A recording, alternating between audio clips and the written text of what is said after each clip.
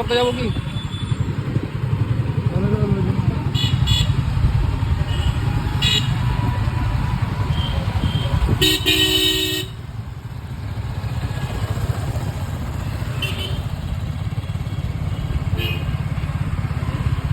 কৃষ্ণ কল্যাণী কাকুর শোরুম চলে আসছে আমাদের পাশেই, SBF মাল্টিপ্লেক্স সিনেমা হল। এই যে আমাদের কৃষ্ণ কল্যাণীর কাকু হবে আমার শপিং মলটা বানিয়ে দিছে রায়গঞ্জ শহরবাসীকে।